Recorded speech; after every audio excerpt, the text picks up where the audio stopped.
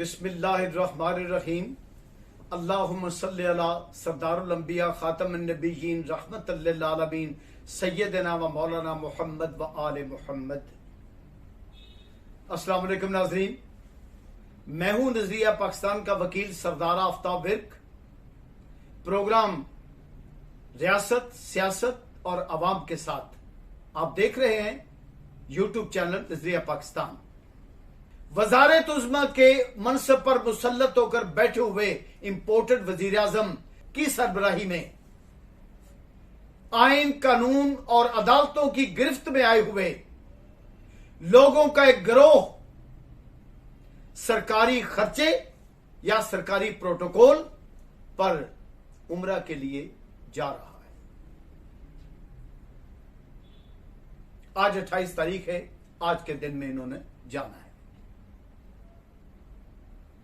मुझे पाकिस्तान के खुददार अवाम ने उनके नाम एक पैगाम दिया है, जिन्होंने खुद ही अपने नाम ईसीएल से निकाले।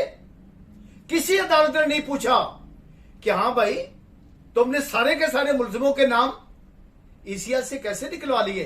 कहीं सुबह मोटर नोटिस नहीं लिया गया और वो ये सीना चौड़ा करके जा रहे हैं कि यह है अदालतें, यह है कानून, यह है आइन, हमने सब कुछ रौंद दिया और हम अपनी मर्जी के साथ आजाद होकर उम्रा के लिए जा रहे हैं।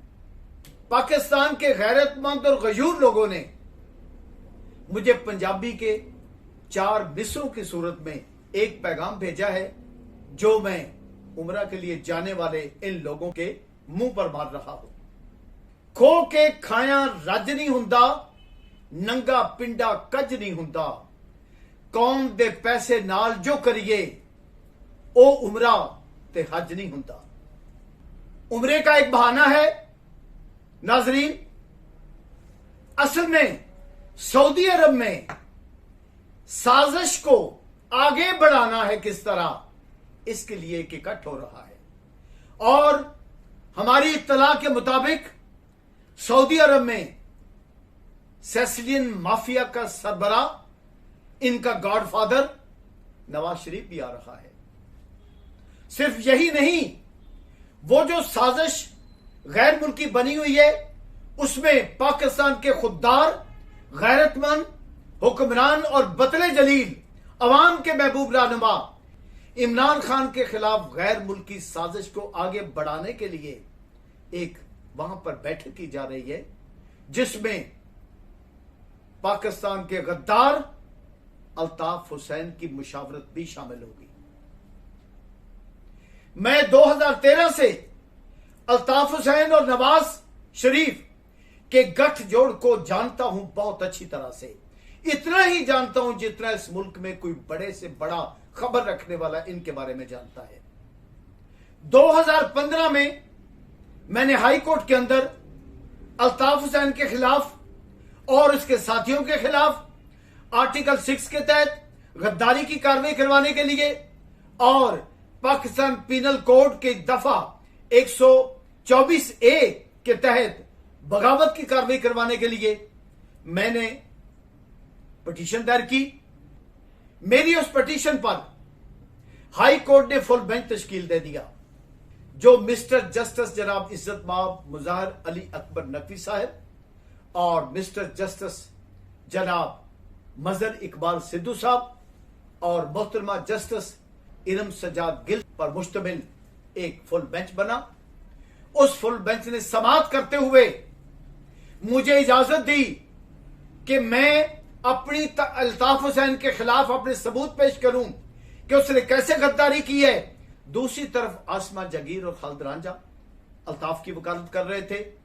मैंने वहां पर यह मौकफ लिया कि अल्ताफ और इसके साथियों ने पाकिस्तान मुर्दाबाद कहा है, इंग्लैंड में कहा है, पाकिस्तान में कहा है, पाकिस्तान के झंडे जमीन पर गिराए हैं, पाकिस्तान का परचम गिराया है, पाकिस्तान के अफवाज के खिलाफ तकरीर की है, पाकिस्तान की अदलिया के खिलाफ तकरीर की है, मुल्क में कत्ल गारत करवाई है, बत्ताखोरी की है, दहशत गर्दी की है, बगावत की फजा फैलाई है, बलोचों को बगावत पर उकसाया है।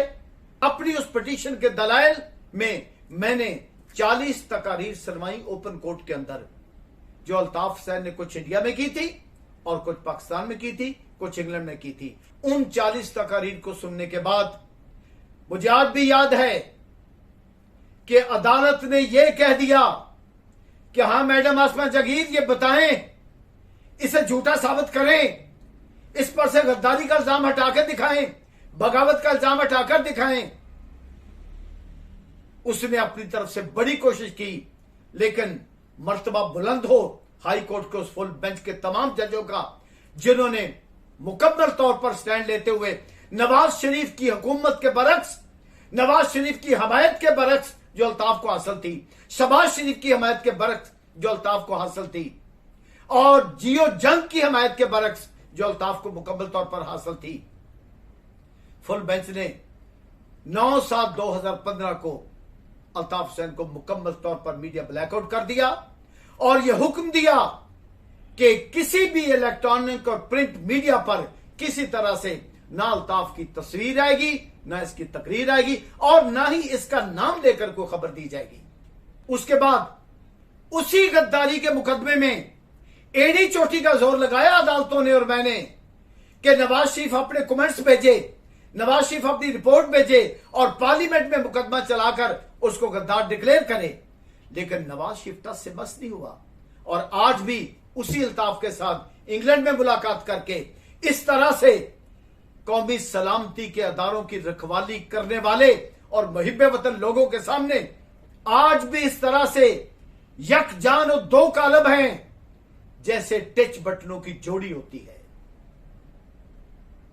आप देख रहे हैं, इसलिए मैंने कहा है कि ये जो गिरोह वहां पे गया है उम्रे की सादत का बहाना लेकर, वहां पर जो साजिश और मुदाखलत जो अमेरिका की तरफ से हुई है उसे इमरान खान के खिलाफ आगे बढ़ाने के लिए मनसूबाबंदी की जाएगी और उसके बाद ये लोग 3 दिन के बाद वापस आ जाएंगे। मैं अपनी गुजारिशात के अगले हिस्से की तरफ बढ़ने के लिए आपके सामने फिर से मुदाखलत और साजिश को वाज़ेह करने लगा हूं। एड़ी चोटी का जोर लगा रहे हैं इंपोर्टेड हुक्मरान, अमेरिका के पिट्ठू, गद्दार, अमेरिका के पांव पे झुकने वाले, आजादी का सौदा करके, अपनी धरती मां का सौदा करके, खुददारी का सौदा करके, इक्तदार आला का सौदा करके वजारत उज़्मा हासिल करने वाले और वजारतें हासिल करने वाले एड़ी चोटी का जोर लगा रहे हैं। साबित करने के लिए साजिश नहीं है। जो कुछ हमारी कौमी सलामती कमेटी ने कहा है कि जी साजिश का लफ्ज नहीं है, वो उन्होंने ठीक कहा है कि वहां पर साजिश का लफ्ज नहीं लिखा हुआ।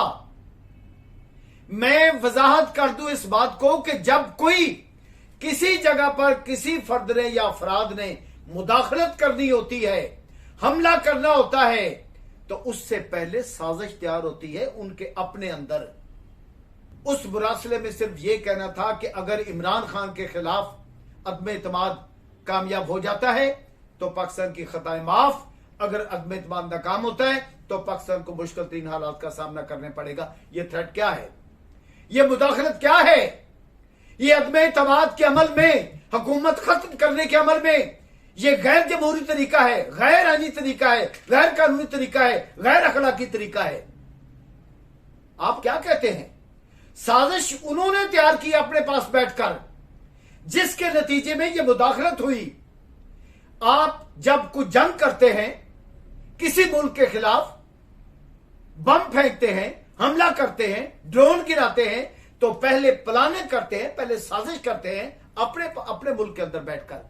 बाद में वही साजिश अमल में आकर मुदाखलत बन जाती है, जंग बन जाती है, लड़ाई बन जाती है, हुकूमतों की तब्दीली का बायस बन जाती है। तो ये कौन सा ऐसा फलसफा है जो हमारे किसी अदारे की समझ में नहीं आ रहा, जो अदलिया की समझ में नहीं आया, जो पाक फौज की समझ में नहीं आया? सबकी समझ में यह बात आ जानी चाहिए कि जनाब साजिश तैयार हुई तो फिर मुदाखलत हुई। अगर साजिश ना करते तो मुदाखलत ना होती। यह बात तो यहां पर आके खत्म हो गई। अब हम अपनी अगली गुजारिशात की तरफ चलते हैं। मैं उम्मीद करता हूं कि साजिश और मुदाखलत को ये जो अलग अलग करके लोग देख रहे हैं ना, ये अपनी उस कम इल्मी से बाहर निकल आए। DGISPR ने जो कहा है, जो बयानिया दिया है, वो ठीक दिया है कि मुरासले में साजिश का लफ्ज नहीं है, सिर्फ मुदाखलत का लफ्ज है।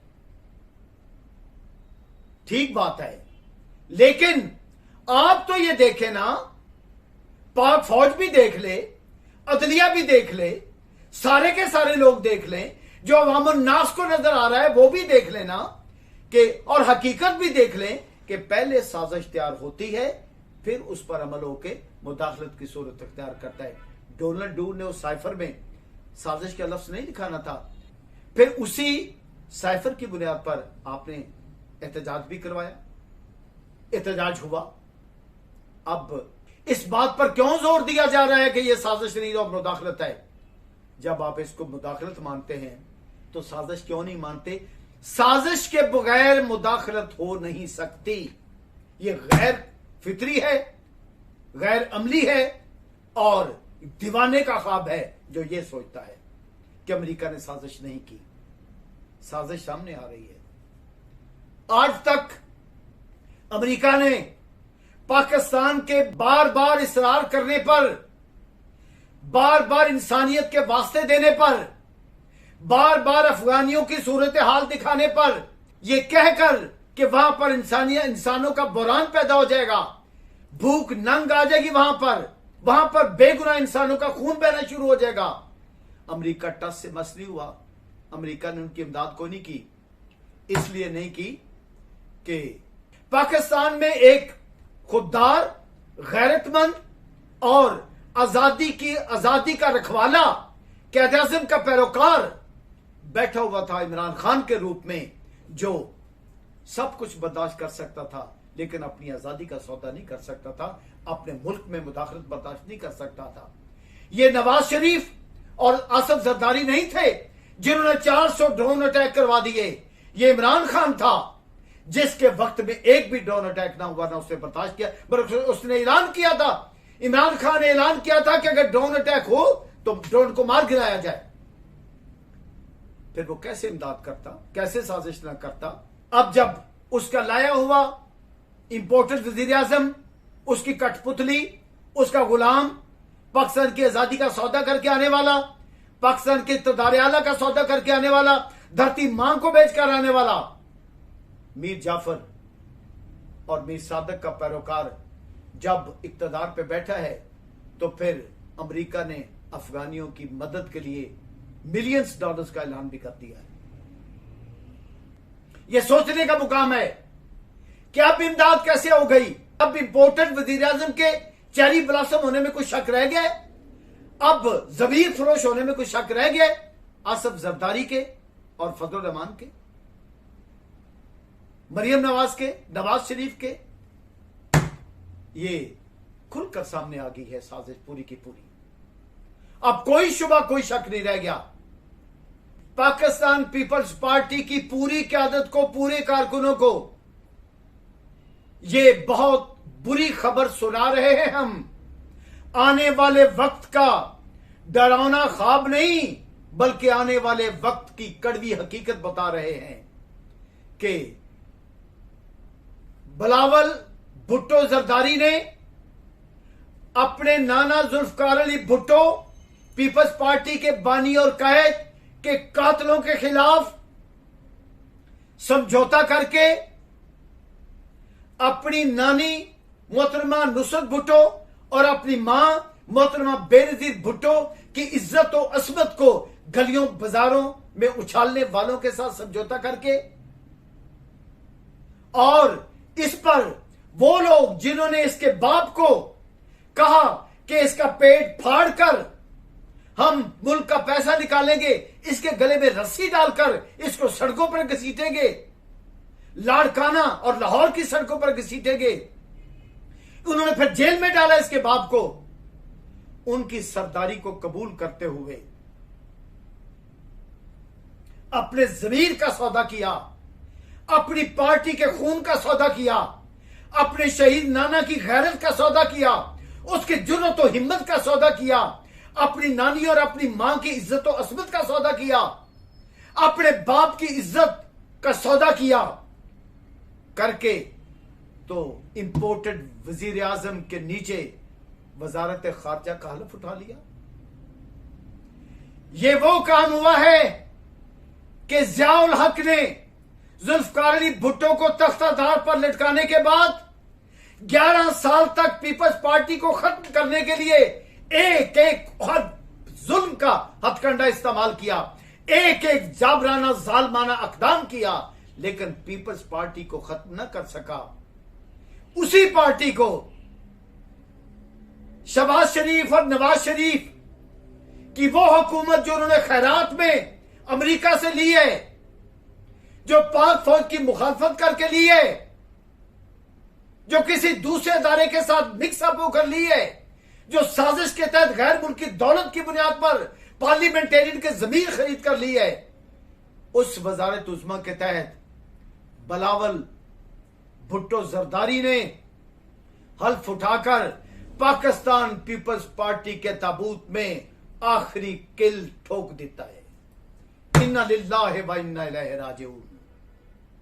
पीपल्स पार्टी की क़यादत का शायद कुछ ना बिगड़े, लेकिन पीपल्स पार्टी के कारकुनों को इस बात पे गौर कर लेना चाहिए, जो भुट्टो शहीद के खून से प्यार करता है, जो बेनजीर के खून से प्यार करता है, जो इस खानदान की कुर्बानियों से प्यार करता है, जो मुर्तजा भुट्टो के खून से प्यार करता है, उसको इस बात पर सोच लेना चाहिए कि पीपल्स पार्टी के खिलाफ कितनी बड़ी साजिश होगी है। और आज के बाद बिलावल भुट्टो जरदारी अपने नाम से भुट्टो का लफ्ज निकाल दे तो बेहतर है, सिर्फ बिलावल जरदारी कहलवाए।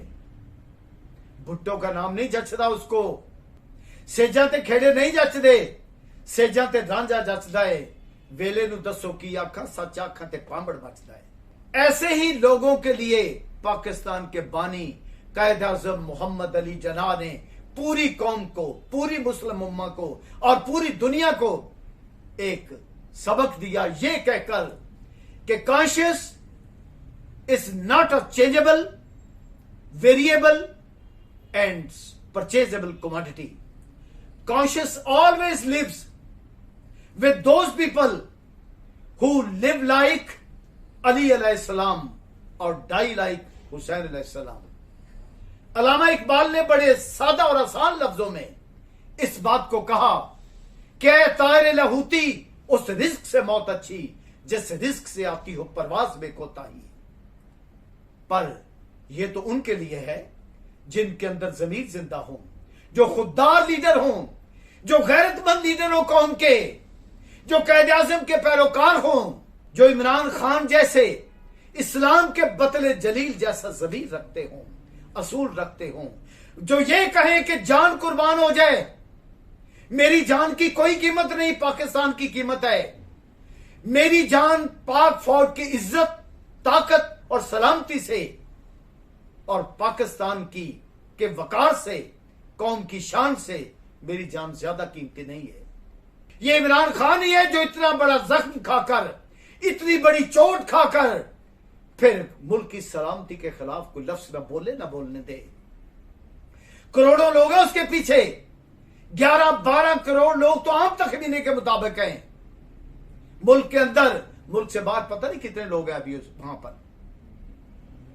आप ये देखें, ये होती है क़यादत। नाज़रीन, सारी की सारी सूरत हाल पर, अदारों के किरदार पर, अवाम के एहतजाज पर, अमेरिका की साजिश पर, अमेरिका की मुदाखलत पर, गैर मुल्की दौलत पर, अंदरूने मुल्क पार्लियामेंटेरियन के बिकने के अमल पर, खरीदे जाने के अमल पर और वफादारियां तब्दील कर लेने पर जो अवाम ने एक एहतजाज किया है, उसको आप जरा सुन लें। मेरा दिल चाहता है कि बड़े सादा और आसान लफ्जों में अवाम का एहतजाज, करोड़ों लोगों का एहतजाज आप तक पहुंचा दूं। गर्जा दी पंड सिर ते चा के, बावां दे विच बावां पा के, लुटियां पांदे पज पजा के, कौम दी इज्जत गिरवी पा के, आजादी ते मुक मुका के, अमरीका अगे सीस नवा के, ਲਾਸ਼ਾਂ ਉੱਤੇ ਮੁੱਕ ਮੁਕਾ ਕੇ ਗਰਜ਼ਾਂ ਦੇ ਲਈ ਮਰ ਮਰਾ ਕੇ ਰੱਬ ਰਸੂਲ ਦਾ ਹੁਕਮ ਭੁਲਾ ਕੇ ਕੁਰਸੀਆਂ ਫੜਦੇ ਹੱਥ ਵਧਾ ਕੇ ਇਹਨਾਂ ਦੀ ਸਾਡੀ ਖੁੱਲੀ ਏ ਜੰਗ ਵੇਲੇ ਸਾਰੇ ਜਾਂਦੇ ਲੰਘ रंग पछानो अपना रंग। पाकिस्तान पाइंदाबाद, कैद आजम जिंदाबाद, नजरिया पाकिस्तान जिंदाबाद और पाकिस्तान की कौम जिंदाबाद। पाकिस्तान की हिफाजत करने वाले जानों के नजराने देकर गाजी और मुजाहिद जिंदाबाद। अल्लाह हाफिज।